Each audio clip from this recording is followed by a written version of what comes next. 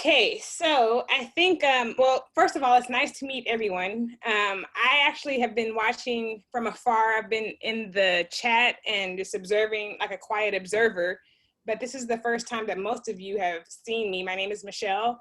I am the sorority's, not life coach. I'm a licensed therapist, but my capacity in the sorority is to offer advice related to mental health, mental well-being, mental wellness. So the theme that I actually wanted to cover throughout this waist-beading activity is something called the 7 spiritual laws of success. So while we are waist-beading and having fun, we're also going to stop and incorporate some of the laws. I'm just going to read it to you guys, let you think about it. And if you have any questions at the end, we can answer questions. Okay. So Lisa, you can start by letting us know how to start this thing off, and then we'll just take turns. Of course, that sounds perfect. So I know we have a few people on, and I'll get right to it. But before we do, if everyone's okay, I just love an opportunity to kind of maybe just see who's here. If you don't mind, do maybe a quick run through. It'll be your name, the city that you're in, and when it comes to waist beads, if this is the first time for you or if you're adding to your collection. So maybe we can start with Michelle, and you guys will hear me call her Mitchell throughout the night. It's something I just can't help. Nickname that it just stuck with me for a while, complaining, but we'll move on. So, Mitchell, if you don't mind, you can kind of get started, and or maybe after you bounce around and call each individual out. Yeah, we'll call on each other. That sounds fine. I think we're in a safe space. Yeah. So for the ladies, Lisa and I have known each other since undergrad in college. We went to California State University Northridge together, and so we have all kinds of names, but we'll stick to Mitchell and Anugum for the purposes of this today. I'm in Los Angeles. I know most of you guys are in the Atlanta area or maybe somewhere else, but I'm in LA, and so let's go with Marquina. It's me. I'm Marquina. I am in Alpharetta, Georgia. I'm pretty much known, I guess. So, Lisa, you don't know me. What did you ask? Your name and where you are? This is my first time with waist beads. So I was looking at them and I was like, I want those. And so now I have the opportunity to make them. Awesome. Cool, Marquina. Thank you so much. And it's super nice to meet you. It's been pleasant communicating with you to Michelle to put this together. So thank you. Perhaps you follow the next person who's up. We're going to go with April. Okay. Hello, I'm April, and I live in Lithonia, Georgia, and this is my first time waist beading, so I'm excited. I was looking at these beads, and I'm trying to figure out, I hope I can even see to even put the string through the little beads. Okay. I'm going to have to focus. I'm going to have to focus on this. Okay. And that's good. We'll give you that space to focus. Michelle will toss in some things we can think about, and we'll flow through it. But I know the beads are a little small, but I'll show you a few techniques to put them onto the string without you going too crazy over there. We'll have fun with it. Thank you, April. Nice to meet you. Gotcha. Person. I don't know if you see the next person on the screen. Let's see. Marissa. Cool. Hello, I'm Marissa. I stay in Conyers, Georgia, and this is my first time waist beading. I've heard a lot about it, so I'm interested and excited. Yeah. Cool. If you don't mind, I have you call on the person, Marissa, please. I can't hear you. What you say? Next person. Next person, Tawana. Awesome. You're up, Tawana. Hello, I'm Tawana. I live in Lithonia, Georgia, and I'm actually adding to my waist beads collection. I actually made some of my own, so this will be like my third set. Nice. I love having pros in the house. Good to have you. Super cool. Yeah, nice to meet you. Very nice to meet you, dear. All right. Tomorrow I'll have you call on the next person if you don't mind. Who is the next person? Sharon. All Hi, Sharon, you're up. Hey ladies, how y'all doing? I'm Sharon. I am in the Valley in California, kind of 15 minutes from Michelle. I am adding to my waist bead collection, so give me a second. I'm literally walking in to the house now. Take your time. You got it. You're right on time. Thank you so much for joining. I know you're running errands, doing your thing, but you managed to get on. So we'll make it happen. Another pro in the house is going to be great because I'll give you some details and obviously knowledge about waist beading. And it's good to have individuals who know about them, who can attest to them and perhaps share their experience as well. So thank you so much. I know she's walking in the house, so I won't have you call on the next person. Mitch, call on the next person for me, if you don't mind. Okay, I think we've done everyone that I see on the screen. Kristen is a Christian? or Monet. Her name is. Okay, Christian or Monet. Thank you, Martina. You're on mute if you didn't know. Okay, I'll unmute Monet. But it's like, I don't know, maybe it's not working. Well, Crystal just hopped on. Hey, Crystal, Okay. just introducing ourselves. Okay. Hi, Crystal. Hello. Can you see me? No. Not quite yet, but sometimes it clicks right on after a few minutes there. But we're just doing a quick intro. Thank you for joining. Yep. Now, welcome.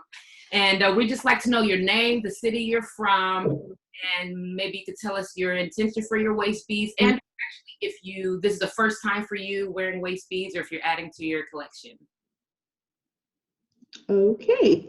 Oh, start with me. I guess I just joined in. Yes, we threw you right in, Crystal. Okay. Yeah. So I'm Crystal. I'm in Atlanta from New York City, from Queens. And this is my first time using a waist beads. So I'm excited. I wanted to try it before. So maybe something to let me know when to back up from the table a little bit. That's it. Exactly. Cool. Awesome. Mm-hmm. Thank you so much for joining. We'll learn a lot tonight. Hopefully, we won't have a hard time. April, I know you're worried about the size. I've done a few of these, and most women put them on around the time we get beating. So don't be ashamed. Like Michelle said, this is a safe place. We'll have some fun with it. So thank you. We have 2 more, I believe. Quick, so we make sure we know who's here.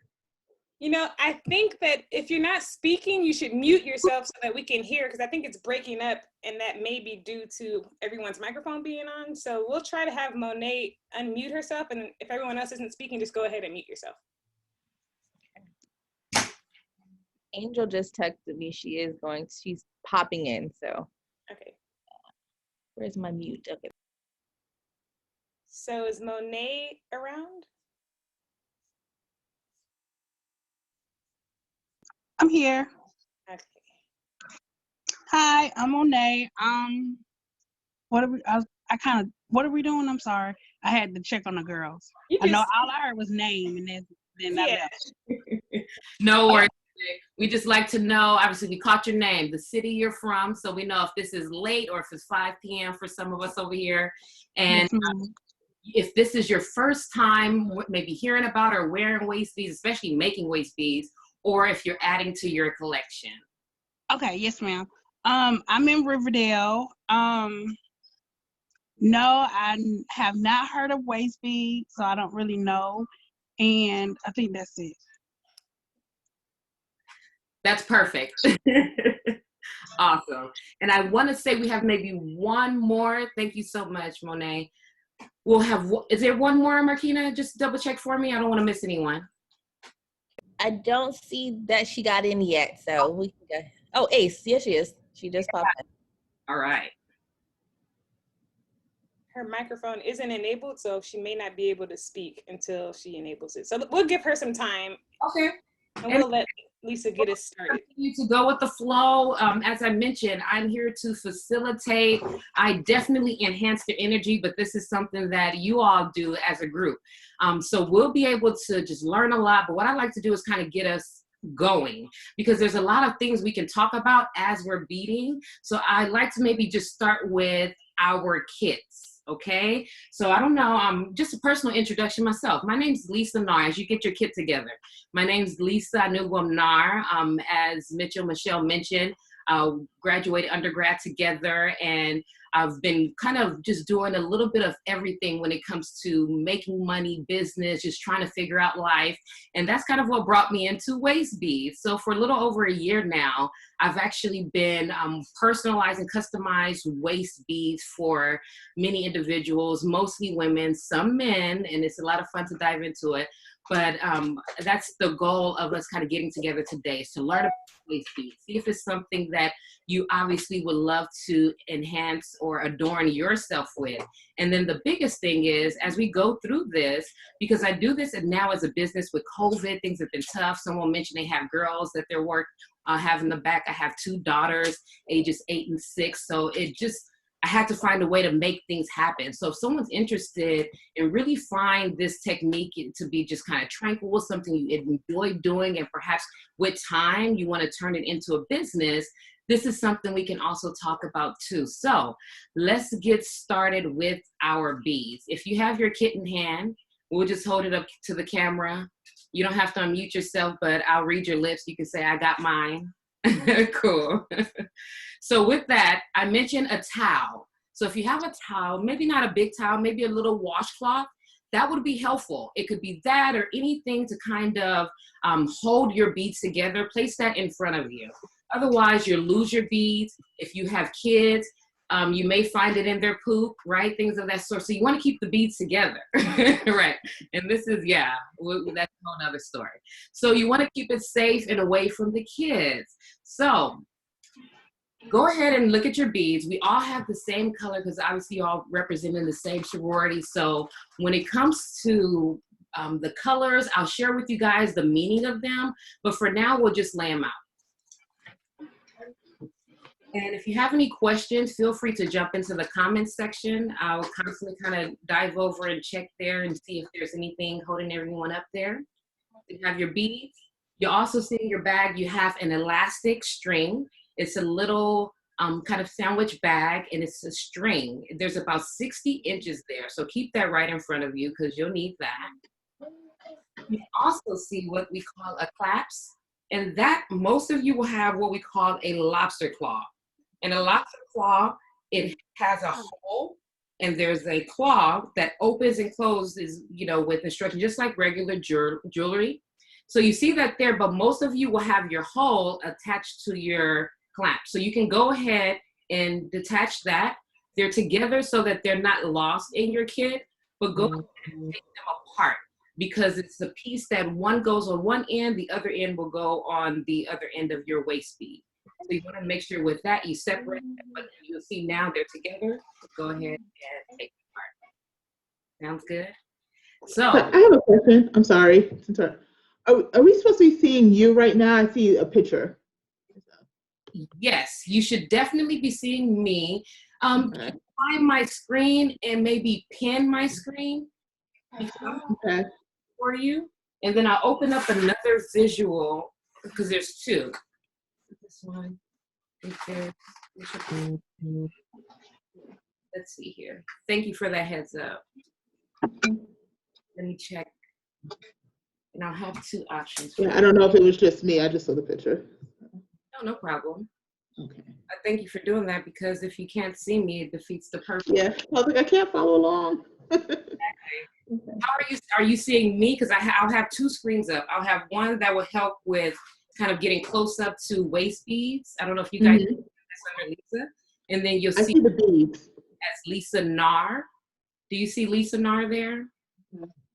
You shouldn't have been playing with it. Go have a seat. Let me know if you see Lisa Nar there.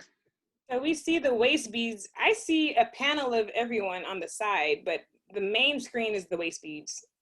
And do you see me? I see you. Okay. So the main screen is the waist beads, but how? I just pinned you. So does everyone see her now? But Crystal, do you see me? No, I still just see the beads. Okay.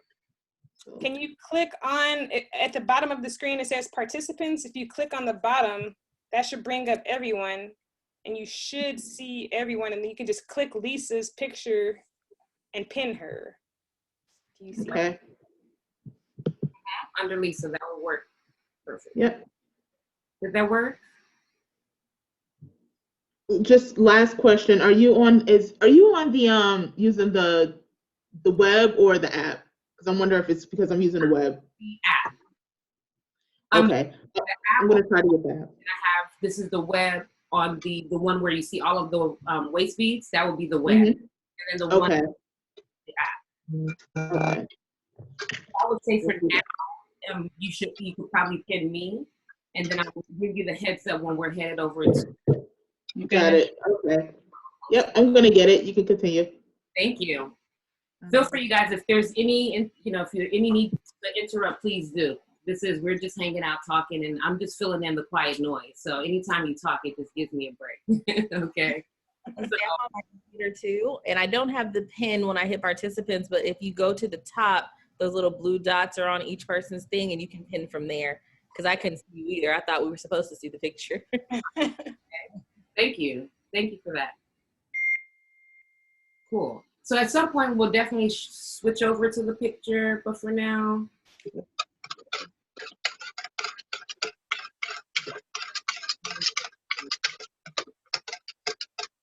If you have that in place, you can go ahead. So if you see this screen here,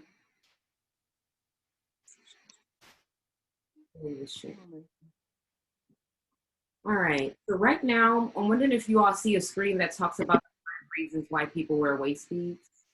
Yes. Perfect. So if you see that, you have kind of my audio as well, because we're going to get started with the strand.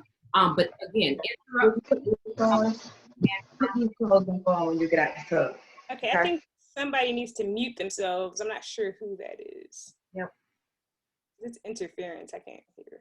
Right. Everyone mute themselves before Michelle comes through the computer.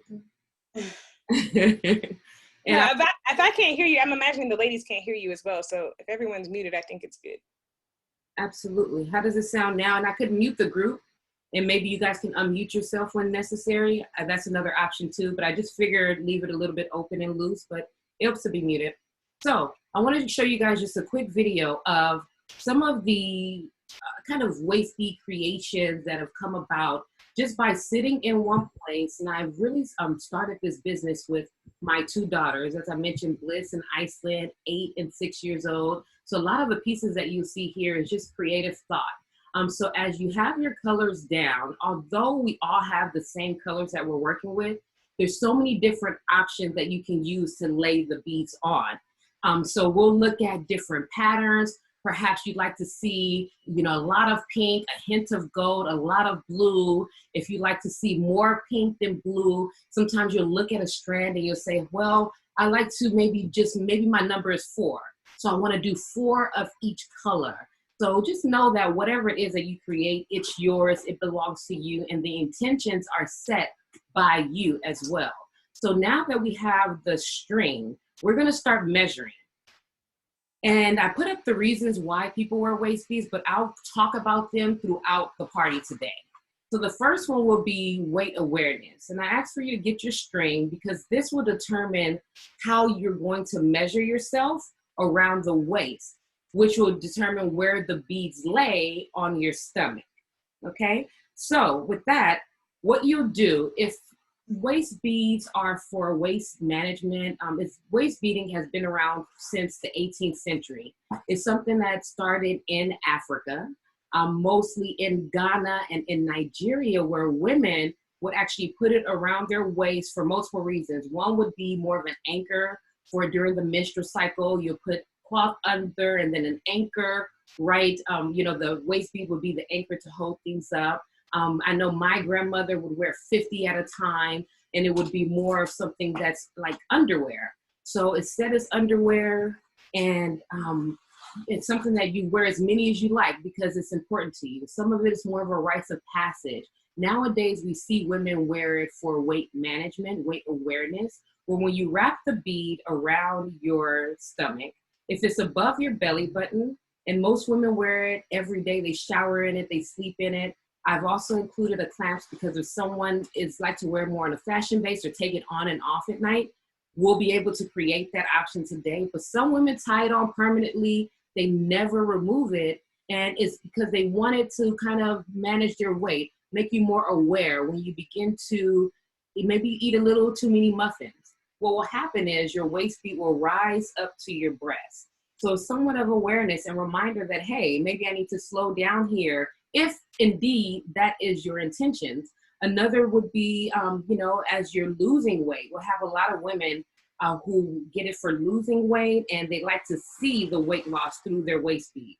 So you may start above your belly button, and by the time you're done with your journey, your waist beads have fallen up to your more waistline, hip area, pelvic area, and you love it. We have to make the adjustments. So that's one case. So if your intentions are with your waist bead to kind of help you with weight awareness and weight management, you'll then grab your elastic and you're going to measure around your stomach, but you're going to measure above your belly button. It has to go above your belly button because that's the best way to gauge your weight. As well as for some of the experts that we have here, we know that you could totally wear a waist bead that's low because you're used to having beads around your belly. But for someone who's more of a first timer, even though it may not be for weight management, I would suggest you go a bit above your belly, your navel, or right at your navel, simply because when you go to the restroom or do your normal kind of antics, the challenge is you're not used to having waist beads in that area. So they may break, you may pull them off. Most of ours are made with elastic. So in this case, it may kind of slip right off depending on how tight you have them. But you definitely want to make sure it's at your navel, right above for beginners. For my experts out there, you do as you please because you know exactly where you want to measure. So once the elastic goes around, what you want to do, I gave a few, everyone should have some measuring tape, or you can guesstimate about 4 inches around. So if you can pass me the box right there, please. I'll give you a quick example. So with your elastic, like everything, you're going to take your elastic and you're going to go around. I'll show you here. You're going to go around your stomach, but then you're going to give yourself enough, maybe about 4 inches. So you're going to go around. Then you got to give yourself about 4 inches because you want to tie a few knots, you want to play around with it, you want to do a few things, but actually measure yourself. If it's for weight management, you can suck it in a little bit like I'm doing here. If not, you want to give yourself a little bit more freedom so when you wear it, it's nice and loose. If you want to go a little bit low with it, you can measure down here, but still give yourself about 4 to 6 inches. You can give yourself as many inches as you want on the end, but I say save some elastic so you can make an anklet or a bracelet with the rest of the material you have. So a good 4 to 6 inches should be more than enough for us to get started. So we have 2 options here now that we're starting. We can either add a clamps to it, which would mean we'll add a hole to one end and a lobster claw to the other. Or for someone who'd like to start a permanent waist bead, what you do is just start by adding a knot at the end of your bead. So I'll kind of turn to the second camera here. So if you want to pin a separate screen, you can do that.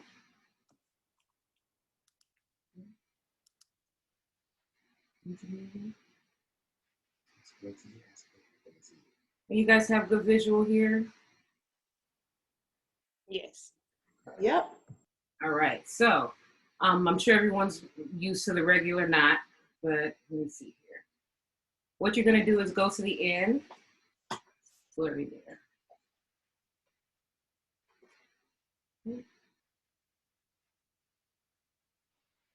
All right.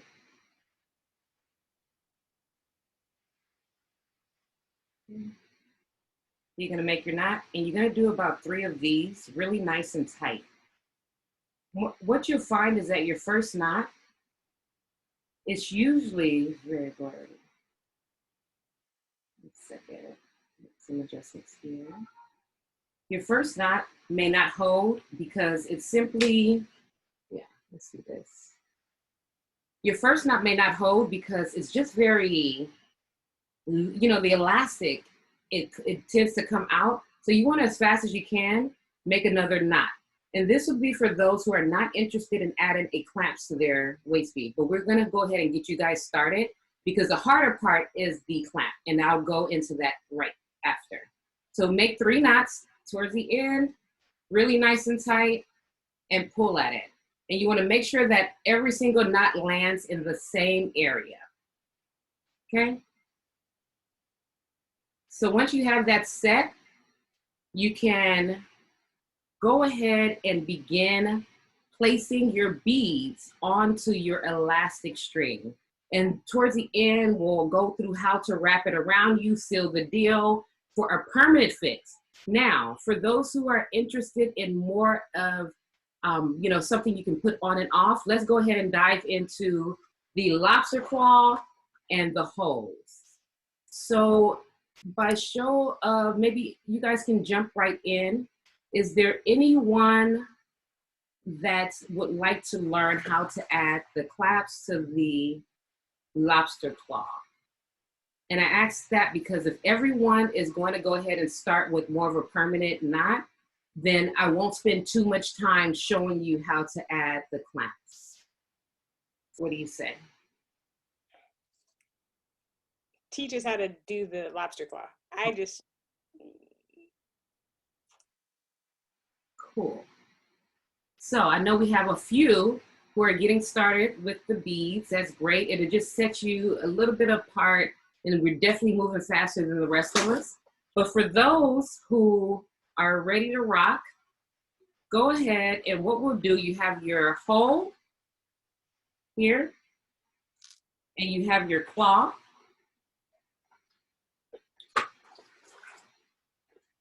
These are, yeah.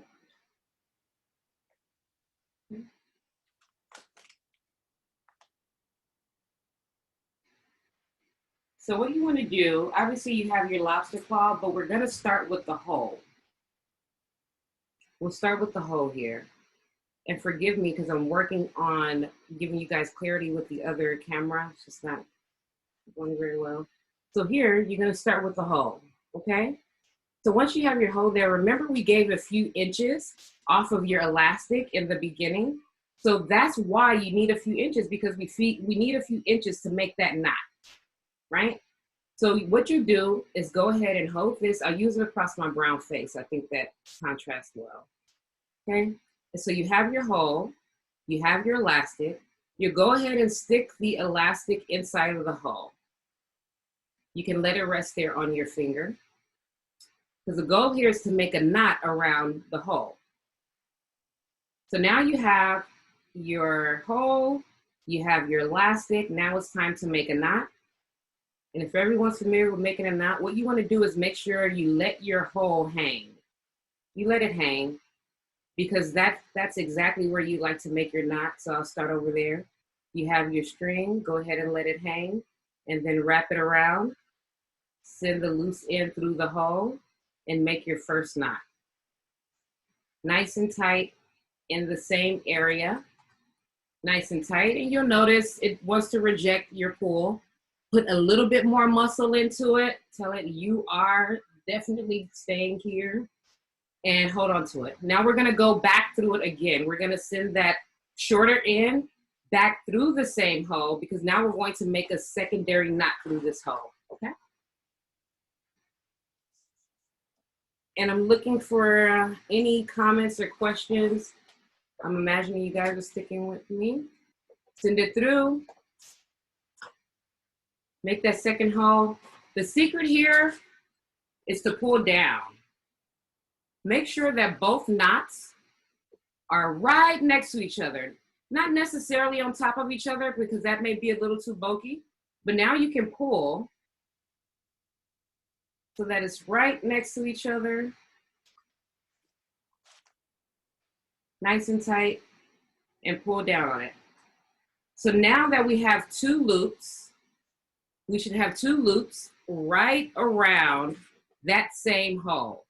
But these two loops are next to each other. So now the goal is to make one more knot, and this knot is going to bring both loops together as one. So how are we going to do that? You have your short end, you have your long end.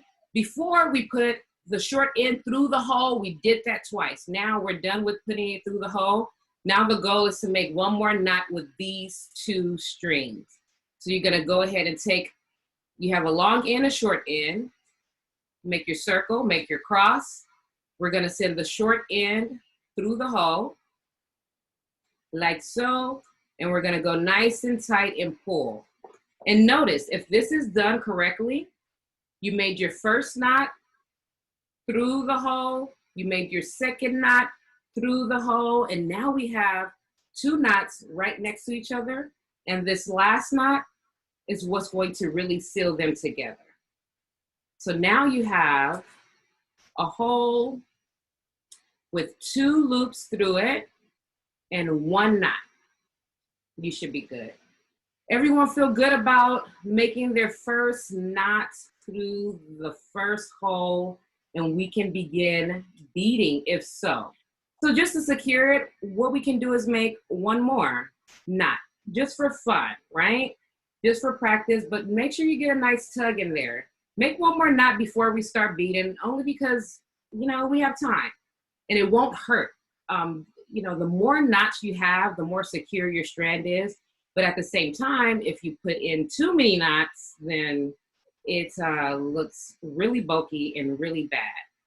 And if you do decide to kind of turn this into a business, I'll tell you from my professional strands, most of them have a, what they call a crimps. And this crimp is a crimp hole. It's a bead, but it's larger than your usual bead. And you put it right on top of that elastic, which makes it really clean, really professional. But for this case, we're doing kind of beginner strands, and this is definitely how I began. So we can go ahead and get started here. And this is still a solid, long-lasting waist bead strand. And you'll notice a lot of waist beads, when people wear them, they wear them for years at a time, because they really do last, unless someone or you are pulling on this string around your waist. That's between you and that person, but you know, we've done our part here, okay? So now that we have that pair of scissors, you can go ahead and cut your short end. Now it's time to get rid of the short end because we don't need it.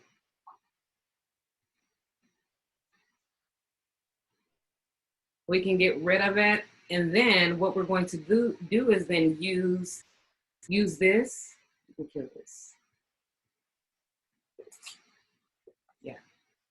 We can use this, or your very first bead. We're gonna kind of stuff this elastic inside of your very first bead. Are we on the same page, ladies, so far? I haven't made my cut of the short end yet, but I'm going to do so now. Before I do, I just like to check in. April, Markina, are we doing okay here? I know a few of us have gotten started. Many of us now are working on the hole through the elastic, and then you made your final cut of the short end. Close to your knot is always best. Okay, so the cut is for whether you did the claw or the knot, right? Yes. Okay. Just making. Yes, exactly. It's only for that purpose. Exactly. Okay. And we're cutting because you must have a hole through your elastic. So I want to do a quick check-in, and then I'll let Michelle jump in before we actually go into bead to elastic. Some of you have gotten started. If so, I kind of want to see it if that's okay, just to kind of see where you are so far. Did anyone decide on no clamps and have already gotten started? Here's the chat. Let me see. I think everybody's good. Okay, we're good. Okay. If there's anything wrong, just send an SOS signal, because my hole looks real crowded, so I know that I did it wrong. But I don't care, because I'm still gonna put the beads. It looks a little bulky. Okay, that's okay. That's okay. Crowded. I'll give you an example, and I'm putting it. I don't know if you can see that there. Yours is nice and clear. Like mine is. Well, you got to imagine hours and hours and hours of doing this. So Right. as long as you have a knot, you're Yeah. okay? No one will judge your knot once it's there. And this becomes so small that it's really not a thing. The goal is to make sure that it's secure on your hole. So are we waiting before we continue to bead? Because I slid two on here. No, I think we need to get started. It's 5:40, so we need to start. We need to get started. We need to just go for it. Let's get going. Okay, so I'm gonna hop in, and like I told everyone in the beginning, we are going to be also doing the 7 spiritual laws of success. This is the perfect experience to practice being mindful. And when the goal of being mindful is to come into an awareness of yourself. And so I'm gonna just read the first spiritual law. So it's called the Law of Pure Potentiality. It goes, knowing who we really are gives us the best ability to fulfill any dream we have. When our internal reference point is the ego or the self-image, we feel kind of cut off and disconnected in our experiences with each other. So in order to know who you really are, you need to tune into yourself, tune into your mind, tune into what you're thinking about. And so while you're making these waist beads, this is the perfect time. Hopefully you're not too distracted at home, but you could pay attention to some of the thoughts that are going through your mind. And then you just let them go. So don't critique the thoughts, just be aware of them and then let them go. Kind of like the stock market ticker. If you ever watch CNBC, you kind of see how the stock market's ticking at the bottom of the screen. They're just going, let them flow right out of your mind. So when you're grounded in the knowledge of your true self, you never really feel fearful or insecure about fulfilling any of your desires in life. So we're gonna take the next 60 seconds to be silent while we're beading. And again, the experiment is to observe your thoughts. Don't criticize them. Don't judge them. Just let them come in and out of your awareness. So 60 seconds, and I'll check back in with you after that.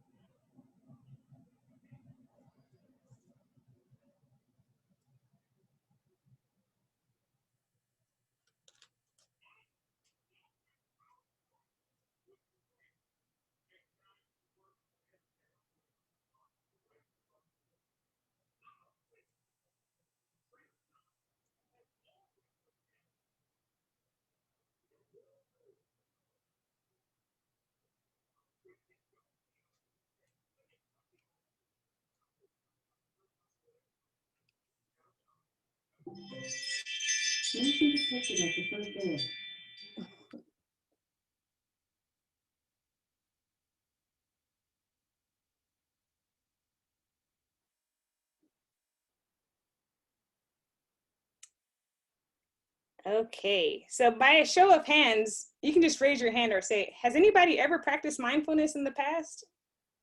Or is this your first time? Okay, we have one. We have Tawana. Is anyone else? Lisa?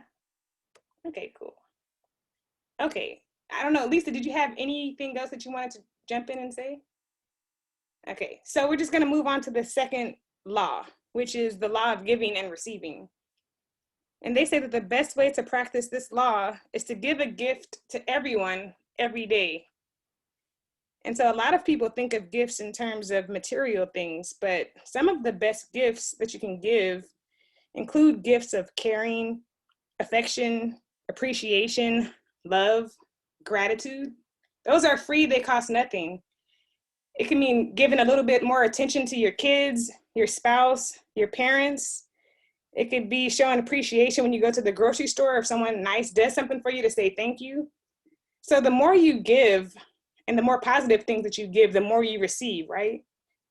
And also the more, if you're giving negative things, you might get that stuff back.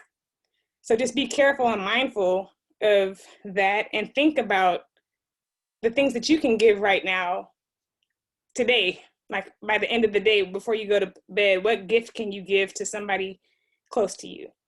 So I'll let you have another minute to think about that, and then think about how you'll execute that today or tonight.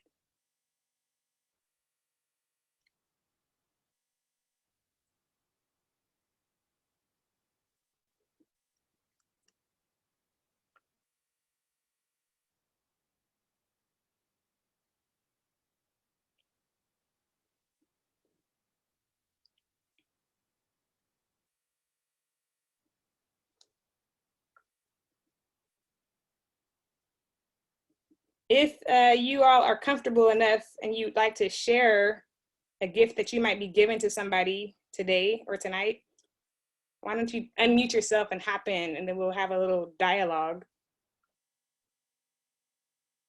And I'll start. So my husband took my daughter out so that I can be more attentive today.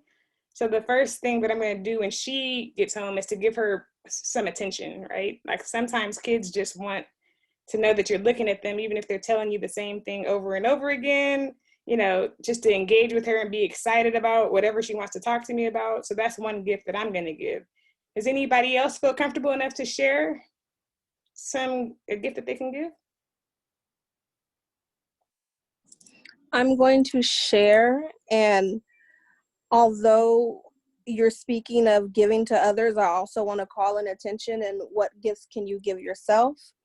So for me, I do a lot for everyone else, just in general. So this and before this, I had a paint night, and these things were gifts that I gave to myself to be intentional and mindful on sitting down and allowing me to just do something that is for me, not for my mom, not for my husband, not for my kids, not because I got to go to work. So right now, this time for me is a gift. Excellent. Self-care is who's heard of that saying, like, you can't help anyone else unless you help yourself. And I think the best lesson of that is at the airport, when you're in the airplane and they talk about the gas mask. Most of us would think to put the mask on the child first. I mean, that's really what I would think. But think about if you ran out of oxygen, how are you going to help your kid or help anybody else? You have to help yourself first. You can't be burned out and not helping yourself. So Sharon, that's an excellent example. Anyone else? No pressure. I think I'm going to send a little thank you appreciation card to a coworker.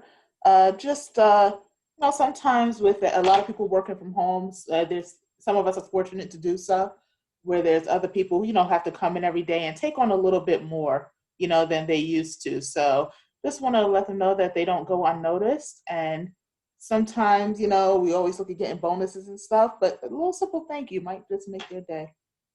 Totally agree. No one really takes the time to write cards these days. Yeah. I would be super happy if I saw a little handmade card. I think I'm going to do it, not an email. Totally. That's awesome. Good idea. Anyone else? How about patience? I think, well, and I just stepped out so I can say it, but she has been, this virtual school and all of that, and we got some stuff tonight. And so just a gift of patience, and it's okay. And I understand your struggle, because I think sometimes as she's going through it, like she over explains, like, well, mommy, I was doing it. She doesn't want me to think that she's not smart enough or not, and I can see her trying to explain it, but it's not her, it's the circumstance. So just patience and understanding and, communication, my gift tonight. Totally. Patience is a virtue. And often we find when we're snapping and going off on people, it probably means that you need to hone into yourself, like Sharon was saying, and take some time out so that you can rethink about or reprocess, or what is it, like download or discharge or let out whatever is blocking the patience, and then just go ahead and just start over. Kids take a lot of energy. So Marquina, that's a great one. Thank you. That is a good example. And just to, kind of piggyback, I think a lot of it is, projection. Like sometimes when I find myself losing patience with, maybe my bonus daughter over here with the schoolwork and things, I think sometimes I'm more upset at myself, Yeah. So I have to take a step back and just remember, Is that I your know. Yeah, this one. That's I know. say hi. And then, okay. Excellent. Anyone else like to share? I was going to. I know. Go ahead, Crystal. Oh, I know tonight after I am done with the bead party, I plan on spending some time with my daughter to watch Jingle Jangle. I haven't watched it. He hasn't watched it. I wanted to watch it with her. So we're just was just kind of waiting on each other. So after this tonight, we're going to take some time out and watch a movie. And she's 20 years old. So, at that age, it's a pleasure to sit down and watch something with your adult children. Hey. So that's what I'll be doing tonight. Awesome. Quality time. Perfect. Quality time. Anything else? Anyone else like to share? Okay. If you think of something at the end, let us know. So we're going to move on to the next law, which goes with this law. It's called the law of karma, or cause and effect. Karma is both the action and the consequence. Sorry. It's both the action and the consequence. So if we want to create happiness in our lives, then we have to learn how to sow seeds of happiness. So think about consequences when you're making your decisions. That might make it easier for you to decide on what course of action to take. If you just take a moment before you react to things, think about, okay, what's the 1 and number 2 things that are going to happen if I do X, Y, and Z? What's going to happen? What karma am I going to reap from the decision that I make next? You always want to make sure that what you're giving out, you're going to get back in, right? So try to project as much positivity into the world as you can, because you don't really want to give hate and then receive that hate back. So we're going to take the next minute to kind of think about that. Think about the law of karma and cause and effect. And think about a decision that you've recently made and what the consequences of that decision was. And you don't have to share that if you're not comfortable, but if you'd like to share it, you can. So go ahead and take some time to think about that. And we'll come back in 1 minute. And if you want, let's see how your beads are going. Let's show the camera, everyone. How are they going out there? Ooh, that's nice. Marquina, you only have oh, okay, I see. That looks good. Let me scroll down to the rest of you guys. Okay. First of all, these are not beaded nails. I'm struggling over here, okay? I'm doing my best. I almost cut off with the scissors.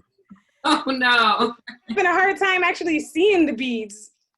Oh, Marquina, looks like these nails is not working.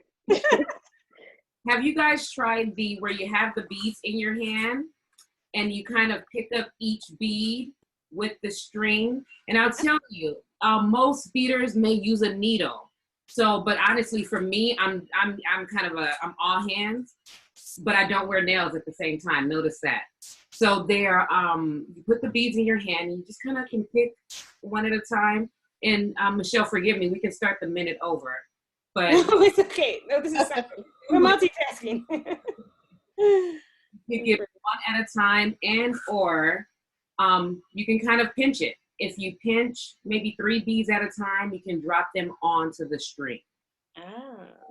Try. I have mine on the towel, and I'm threading it that way. Perfect. So it's easier for me. Pick them off the towel. Perfect, April. I'm glad we worked it out. I was a little worried at first, but I can see with your strand, you already have it going. Yeah. Good. Awesome. Yeah, I had to figure this out early when I looked at them. Right.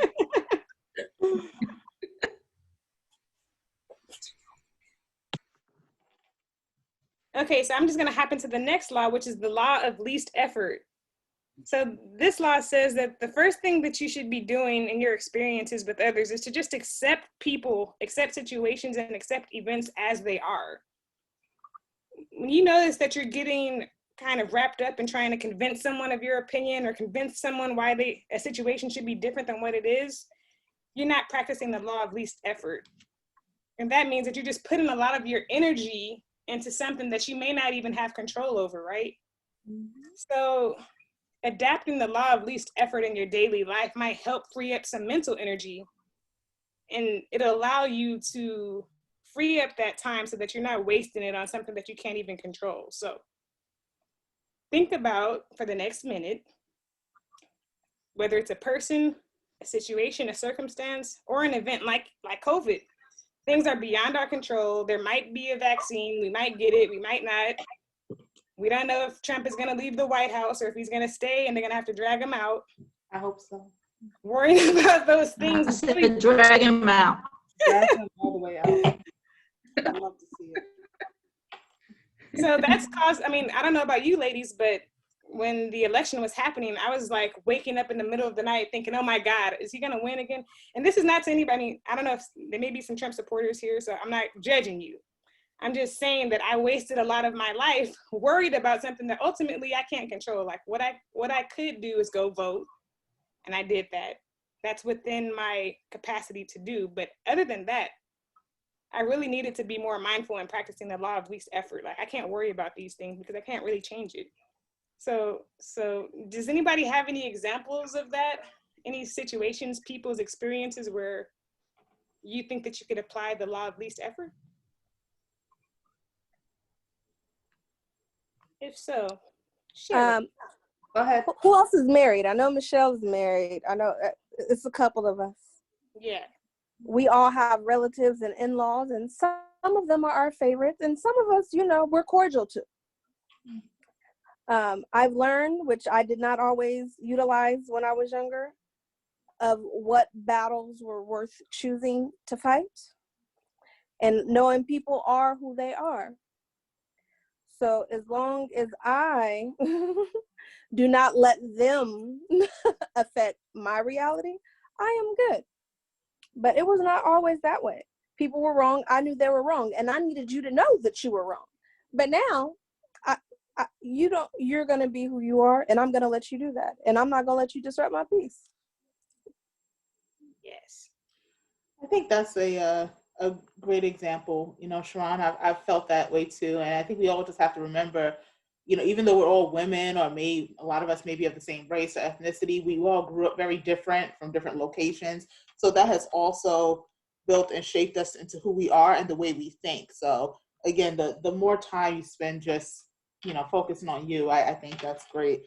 I think one example I have, and I don't know if it's a great example, but with the election, I was like really stressed out also, and I kind of deactivated my social media.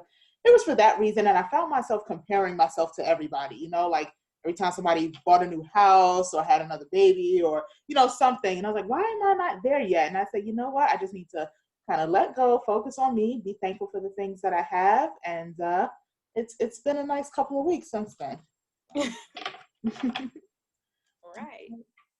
Yeah, I mean, there really should be a law about comparison, because comparison is the real thief of joy. Thief of joy, yeah.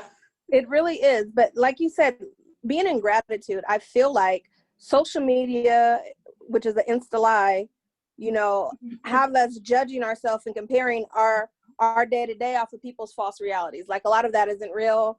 And we get stuck in this loop, but just really being grateful for what you're having. Like right now, it's COVID, there's all these things happening, so many people not working. And I'm really grateful, even though sometimes I be over it, that we are okay. We are fed, we have a roof over our head, my children are great. I am good. It's not how I wanted it, but then that's also learning how to release control. Like I am used to being in control of the situation. So learning how to exercise being okay with not being in control and not knowing what's next. Mm-hmm. Yes.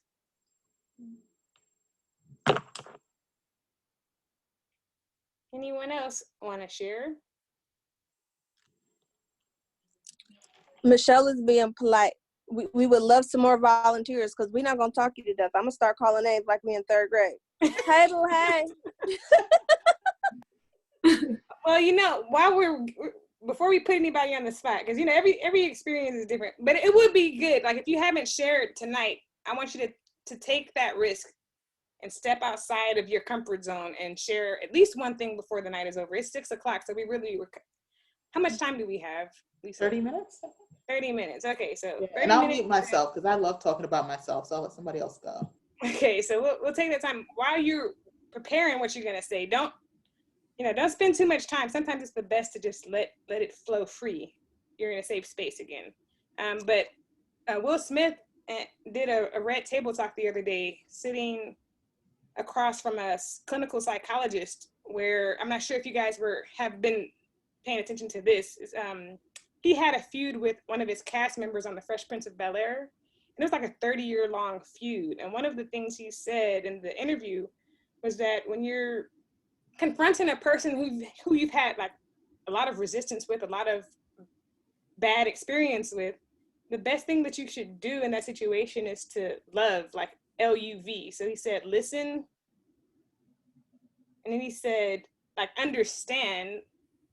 Basically, before you respond, be able to repeat what they've said. So understand what they say, listen to what they say before you're planning your reaction. Just listen, understand, and then at the end you validate, right? So it's not the goal to walk away from that experience and have someone changed. The goal is to just listen to their experience and try to understand it and then move on, because at the end of the day, like Sharon said, like, she's not going to be able to convince herself that she likes her in-laws, or not to say she doesn't like her in-laws, but we all have those family members where you're just like, okay, and that's okay. Like, we're not trying to change that because we don't have the energy to change that. So I'm going to stop talking. I will invite someone who hasn't spoken to go ahead and jump in and share at least one thing that they'd like to before Sharon calls on you. Let's jump in, and I'm like the facilitator, but this is awesome and I love the topics.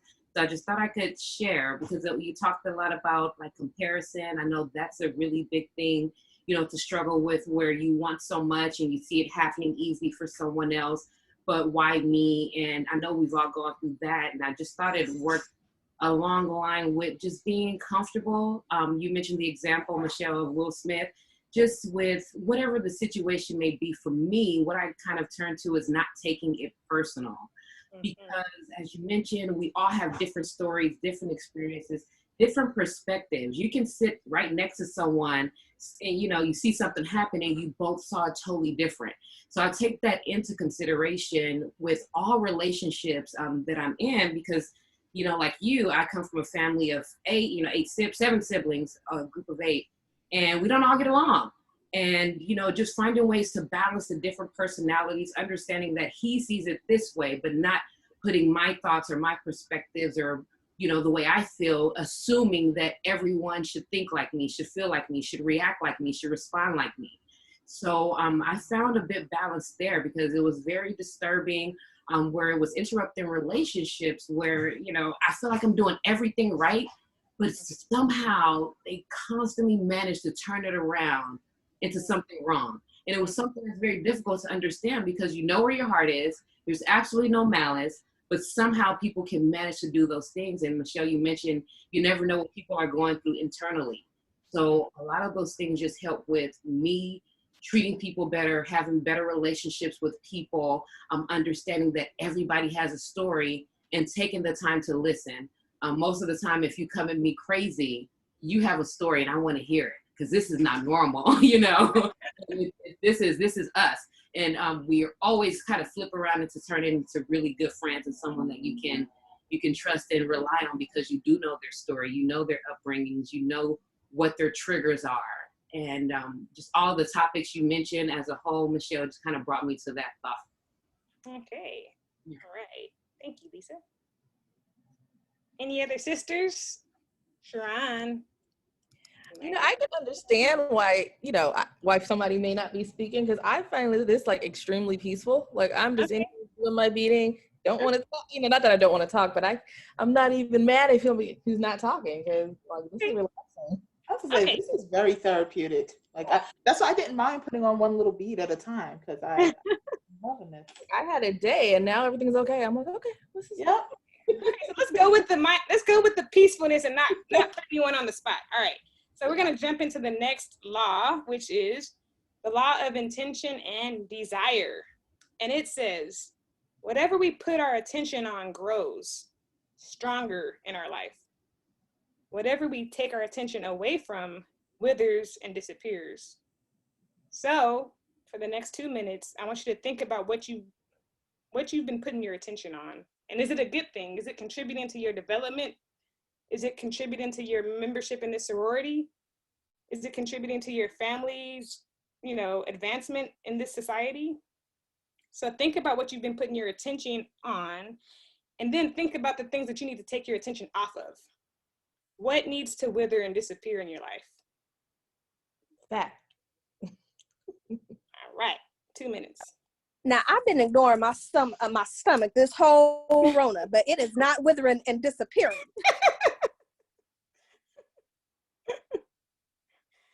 Just say that you're fasting. Just say that you're fasting. Like, there's a purpose behind that madness. And I bet you some cells and stuff, they're withering and disappearing. You're like getting into autophagy and stuff. Okay. I receive that.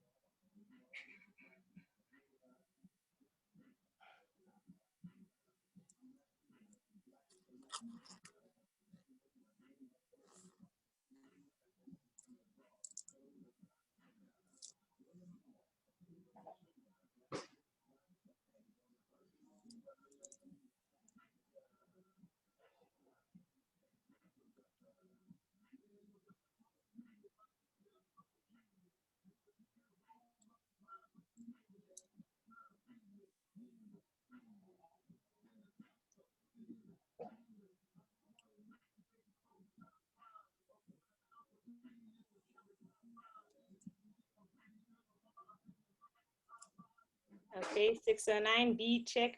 How are you ladies doing with the beads? Let's see. Beads up in the air. Okay, I see Sharon. I got charms on mine. Ooh.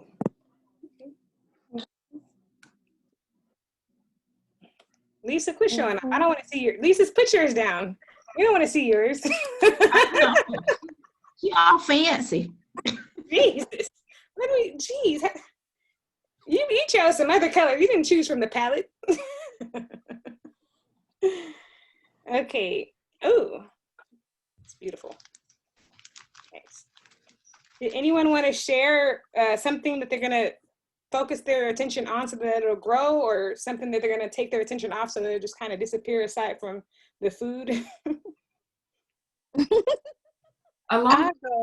Oh, somebody else can go. Sorry, not to cut you off, but I just, along with that thought, I know that a lot of women use waist beads for that intention as well, Michelle, where you have something you're really thinking about, something you focus on, something you wake up to. And as you wear the beads around your waist, that triggers as a reminder for you to take to that and take action on that. So, oh, okay. It's nice. So the beads will be your reminder. Yes. Okay. Who is that said they'd like to share? Go ahead. Oh, it was me. I'm sorry. I'm going back and forth and getting my children ready for bed.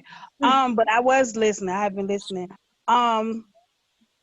So I should have said something a long time ago. But yeah, like everything kind of builds up to this recent one. I think it was the second law or the third law that you talked about. So about the karma, that's what it was. The karma, and then what was the one that was right afterward? It was karma, and then I think it was the law of least effort. Yes. Okay, and then this one was take your focus off of something, put on something else, right? Yes. Okay. So it all ties up into one. So probably almost like a month ago, I had something really traumatic that happened and resulted into surgery. So because I'm the one that likes to do everything and take care of people and stuff like that, I ended up bursting, kind of messing up my incision, and I had to go back like 2 times to get it done. And then this very last time it was getting affected. So now that I'm strictly on bed rest, and because the event that happened to me, I don't like, I don't want to talk about it. So instead of talking about it, I've been trying to do other things, which in turn caused me to be put on bed rest longer than I expected to do. But since I have been on bed rest, I have now been having the time to think about what I really wanted to do and where I wanted to, be. And needless to say, I have actually been sitting, I have a computer, working from home and doing all other stuff, but I have actually been trying to focus on what I really want to do. So hopefully in 2021, I can actually follow my dreams that I've been trying to do but been holding off because I help everybody else. Yeah. So, but eventually I know that the traumatic experience that I had, I'm going to eventually have to talk about it. But in order to keep talking and, in order to talk about it, I kind of suppress it because when I want to talk about it, I may lose focus on what I really want to do. So that's all. Got it. That's great insight on your part. I mean, it may be that you're just not ready, like you said, to discuss it. But when you come to a point in time where you're ready and you feel like it'll start serving you better to discuss it and discuss ways you can move forward in your life, that's the time to go for it. So I think you're doing the right thing. And thank you for sharing. Thank you. Anyone else? Okay.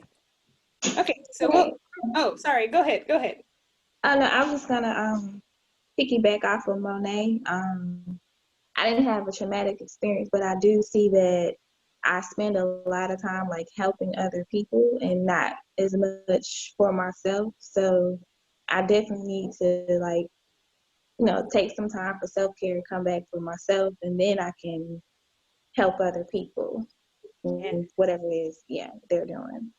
Yes. I want to add a comment with that. And this is not me coming for anyone. I'm speaking for myself. If it resonates with you, great. If not, don't pay attention to it. But I was reading something, and the gist of it was people that go out of their way to help everyone else and please everyone else are doing so because they're avoiding dealing with their unhealed trauma. So me personally, you can ask anybody who knows me, I help everybody. And I'm always the last on my list. So as I'm reflecting on myself, pushing 40 now I'm finally taking the time and really sit down and sit with Sharon and things that didn't happen the way I wish they would as my childhood, and just now dealing with these quote unquote inner childhood things, because I finally at damn near 40 am ready to prioritize myself and actually deal with why I think that everyone else is deserving of my attention except for me. Yes. Thank you, Sharon.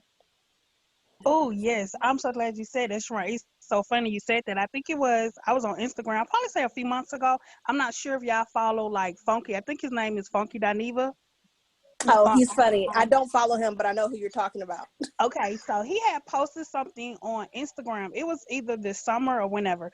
And his father had passed away. And it pretty much the same thing that you said. He was like, he had a lot of emotional childhood trauma that trickled into his adult life, and he didn't know how to heal from it. So he was saying that when his dad had passed, he was like, you're not about to leave this earth and leave me messed up. So he said he sat with his dad on his, dying deathbed or whatever. I could be exaggerating, but I don't know. But he was saying that he talked to his dad about everything, and he said after he talked to his dad about all of the emotional trauma, the distress and stuff that he placed on his life, he felt so much better. He said and some other stuff, but that kind of brought me to think about that, because I have a lot of emotional childhood trauma that I don't talk about. So in order to not talk about it and actually go about, I try to suppress it and help other people. I'm almost finna be 35, but I just feel like right now, I don't know if I'll be able to, how can I put it, talk about it or do it like that. So with my daughters, I break that cycle with them, but it's like deep down, I still have that trauma in my life. And I'm like, okay, am I going to be a great mother, or am I going to be the mother that my mother did to me, if that makes sense. So it's like, I want to talk about it, but I don't know how to. So I try to like do everything else to keep from talking about it. How can I put it? Do you have a journal? I do. I just started, since I've been on bed rest, I've actually bought it was from Ross before. It was from Ross, and I used that, and I've been, I had a appointment with the counselor, but I don't go because I don't want to talk about it. So I try to journal, and it kind of helps a little bit, but it doesn't. I just journal what I say, and then I'm done with it, and then I, just keep on, and I end up doing something else, or somebody will call me and say, hey, I need this, and then I got to stop what I'm doing and do that. Okay, so let's just kind of take that in, because it sounds like you're not really getting the result you want out of what you've been doing. Like the actions that you've been taking haven't led to a resolution that you're happy with. You've tried the journaling. It's not really something that's working for you. You would like to see a counselor, but you're not sure you're really ready to talk about it. Sometimes it doesn't help to talk to family members, because then they go off and tell you all your business to other people, or they may have a response that they're not, that you're not ready to receive, or they might take what you're saying the wrong way. So it's not always the best idea to talk to family about it. So what I would encourage you to do, or to at least consider or think about, is to go ahead and make that appointment with a therapist or a counselor, because what you'll find is that they won't push you to talk about it. Usually the question that a therapist will ask you is, so, what brought you here today?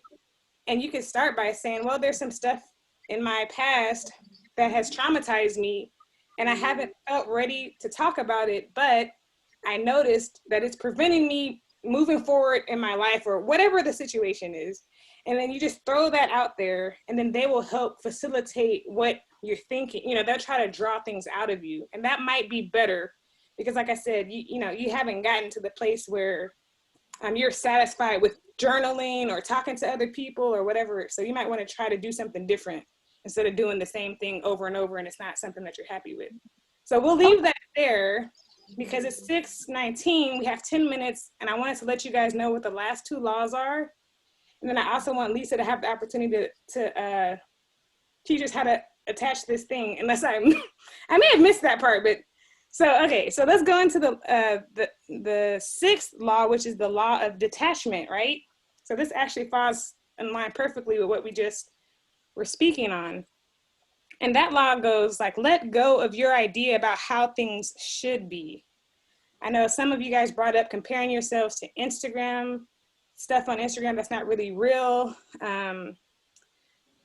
Some of you have been thinking about your life like you didn't end up where you would have hoped for, or whatever it is. But it's to let go of the idea about how things should be, accept uncertainty as an essential part of your experience, and then you'll notice that solutions will spontaneously appear. So just remain open to all possibilities and enjoy the journey, right?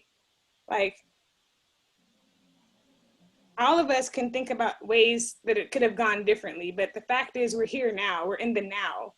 And if we spend too much time in the past, we're gonna miss out on things happening before our eyes. So keep that in mind. And then we're gonna wrap it up with the last law, which is the law of Dharma, or life purpose in one's life. So what I would like you guys to do, and I'm gonna list these laws in the sorority group so that you'll have it and know about it. But and then I'm also gonna list this task, which is your homework, so to speak. Good homework. I want you to make a list of things that you think are your unique talents. And then I want you to make a separate list of all the things that you'd love to do while expressing those talents. And then ask yourself, how can you help other people? How can you help the women in your sorority? How can you serve? Because I know that we're not talking about taking away from yourself to give to others, because that's something that Sharon touched on. That's something that some of the other ladies have touched on, meaning that you're depleted and you're still trying to give. No, you have to fill yourself up first before you can serve others, before you can be helpful to others. But sometimes it also helps us to be helpful to other people, like to take our mind off of the individual, the grind, because Lisa and I have this, and Marquina have this thing in our minds, like we need to thrive. Like we have to go to the top. We have to be financially successful. So in our mind, I think it's always grind. Where's the money? Where's the wealth? Where's the financial peace, the freedom? So, but sometimes when we take a pause from that, we can release those expectations that we've placed on ourselves that kind of burden us down. And it's good to check in with yourself every now and then to see, like, you know what, you're actually doing okay. Like, you're okay. Why are you being so hard on yourself? Why are you pushing yourself so much to the point that you're not happy anymore? So you just think about the purpose of your life and where you want to be, where you want to go. And so I'm going to open it up to the ladies. I want you guys to tell us your final thoughts. And again, I will post all of these laws in the group, but this is from a book. I don't know if you can see it. It's a little book by Deepak Chopra. It's called The 7 Spiritual Laws of Success. All right, let's open it up to the ladies and let's share. Lisa, you should probably tell us how to put the last clasp on in case, and then we can talk. Awesome. Thank you, Michelle. That was super awesome. Very empowering and definitely lots to think about. I appreciate that. How are we doing, ladies? Shall we do a quick bead check? Where we are. Wow. Whoa, Crystal. Okay, Crystal. Lisa, I'm not talking like that. You're looking good. April, you're looking good too. I can't see everybody. Oh, Sharon, I see you there. Man, you guys are professionals. Clearly. Okay, let's unmute them so they can. Oh, actually, you'll tell us about the last clasp and then we can. Yeah, okay. So, cool thing about this, if you're not at the very end of your strand, Michelle will share the link to this video so you can go ahead and watch this section of it and finish off your waist bead, okay? But for those who are ready to close up the end, for me, I left a little bit because I have, a little bit more experience with the tip. But if you don't, give yourself those 4 inches that you gave yourself before you cut to begin to tie your last knot, okay? So you have your waist bead, you have your elastic string. Be very careful when you're holding it this way because the weight's on the bottom, and if you drop this, the last 40 minutes will go to waste. So you have your lobster claw, right? And I'll put this against this brown head here, and I'm working on the visuals here, guys, but if you notice the lobster claw, there's a tiny hole at the bottom of your lobster claw. So you have your claw, and then you have a hole at the bottom. So what we'll do is send your elastic through the hole in the very same way that we began this process, meaning putting 2 holes through the hole is exactly what you'll do, but you only do it on the hole that's on the bottom of your lobster claw. So your lobster claw is this way, but we're gonna turn it upside down so you have your hole. Stick it right through, and you're gonna hold your elastic. So now it looks like you have your lobster claw on there, you're holding your elastic.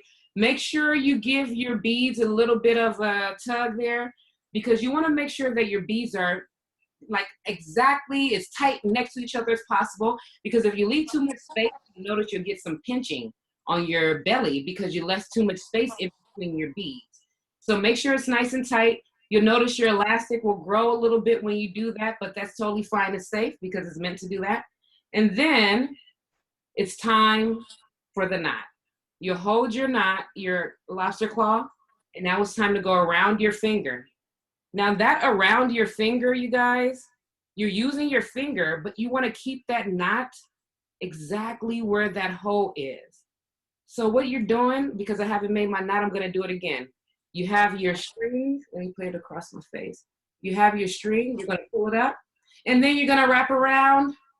But give yourself some room. Hold your fingers out so that you see that you're not wrapping a bead into your knot. It's the hardest part, is wrapping a bead into the knot. Once you do that, it's hard to go back. So I'm going to do that one more time, and please let me know if you have any questions. Make sure it's hanging down because you want your beads as close as possible. You have your lobster claw hanging out there, right? But it's through the hole. Now it's time for your knot. Use your nails if you're having a problem with this. The nail's the secret here to keep that elastic in your hand, right? So now we're going to go around. This is the motion. Around. Give yourself some space so you can nail it right there. And then once you have that hole, you're going to go ahead and pull down. Pull down. That's the secret, because you want to pull it down into your strand, right? You want to get it down into the strand, because if we pull out, your lobster claw is now going out, and now your beads are not nice and tight and next to each other the way they should be. So you have that. You should feel really good with that knot. And pull real nice and tight. So here's what it should look like. Your first knot goes through your hole on your lobster clamps, right? Nice and tight. But when you let it go, it's sitting right on top of your last bead. In more of a professional case, you'll have a big, let's say another bead there to really make it look nice and tight that will cover up your slight elastic, but we won't worry about that today.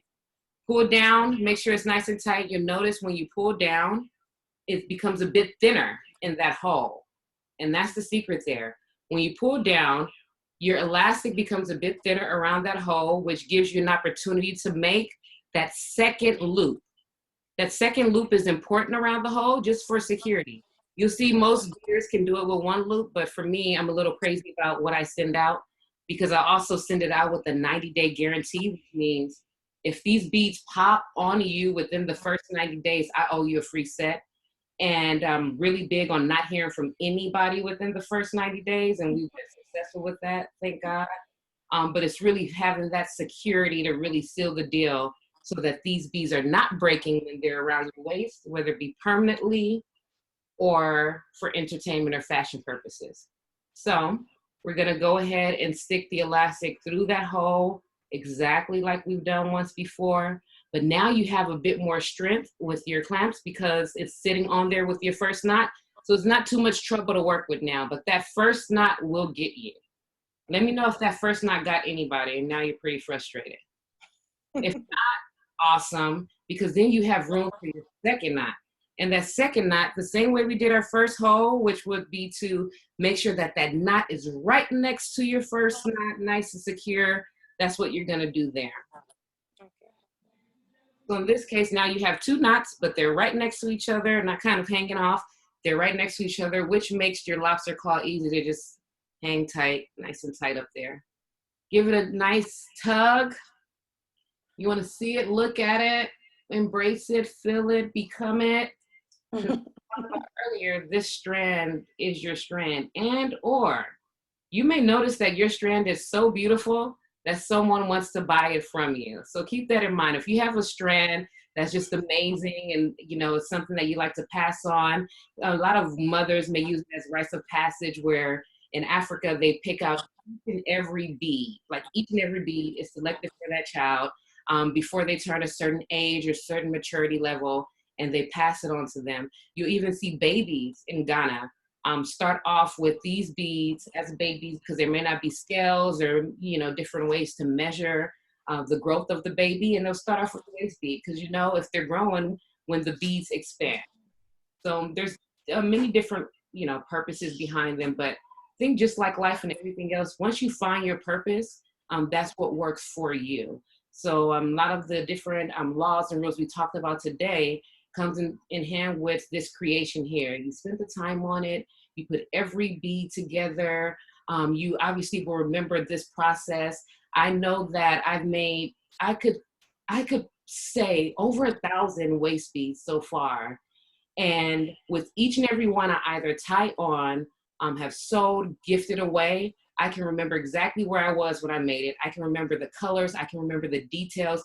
I can remember how I felt. And it's a real connection. I always give it a quick goodbye prayer as it goes away because of the intention that I know I have while making it, and then who it goes off to and the difference that it will make for them. So a lot of people say, you know, when you wake up in the morning, there's no hair, no makeup. The only thing you have on is your beads. And that's kind of what adorns your body to give you that self-love, you know, that the strength, whether it be confidence, it could be whether you want to be more grounded, because each and every bead, and I wanted to show you guys this very quickly before I let you go here.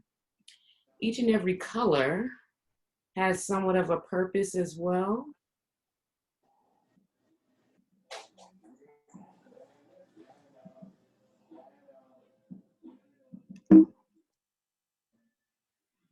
Share my screen here.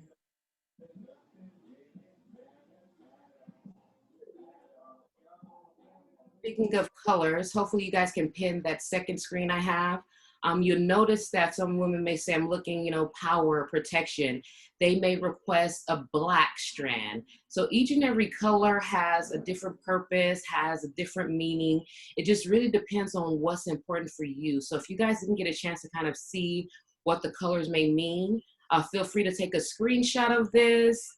And or, you know, just note it for yourself. If there's something that speaks to you, make sure you keep that in mind as you're wearing your beads. I want to make sure I leave you all with my information here as well. Because obviously I host parties, and it just depends on the party. Most of them are tied to waist beading, but we also do virtual anything, whatever it is that will bring joy to any person's life, whether it be event or group gathering or simple girls night, is what we do. So I wanted to leave this information here with you guys before I let you go. And as we close off the strand, what you should end up with would be 2 solid knots. If you want to make a third knot, you can. Is it necessary? It may not be, because it's the tip of it and it's your lobster claw. It's often not pulled on at all. But if you feel comfortable, maybe a third knot, go ahead and toss it in there. Okay.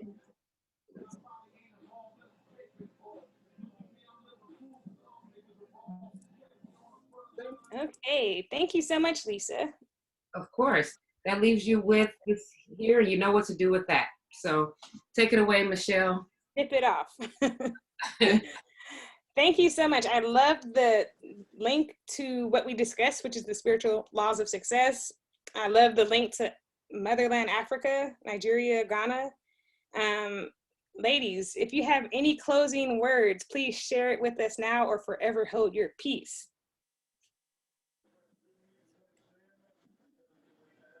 Markina, I'll make you say something since you're the leader of this whole crew here. I think we have to unmute her. Wait, I'm going to be beaten from here to 2020. You know, again, this is very, like, yeah, Crystal said, very therapeutic. I mean, I didn't really have any expectations because I had no, you know, experience with waist beading, but this was surprisingly peaceful. So thank you so much, Lisa. Thank you, Michelle, for setting this up for us. Anyone else? You're very welcome, ladies. This was fantastic. Love the energy, love the group. And some may be beating a little bit longer than the others, but once you get to the end of the process, it's a really, you feel very grateful. So gratitude feeling that you feel, knowing that you put on, and you notice we've probably put on maybe 200, most of us have put on up to 200 beads on a strand. So you by the time you're done. So take your time with it. And as I mentioned, you can definitely come back to this recording And or feel free to text or email me. I'll help you close this off if you have a problem with it. I'll hate for you to start this and not finish it. So I have my information. I'm available for questions or concerns. Go ahead. Okay. So once the video is made available to me, I will send it to Marquina or probably drop it in the group. Not sure what everyone's preference is. I will also be posting the 7 spiritual laws of success in case any of them resonated with you all.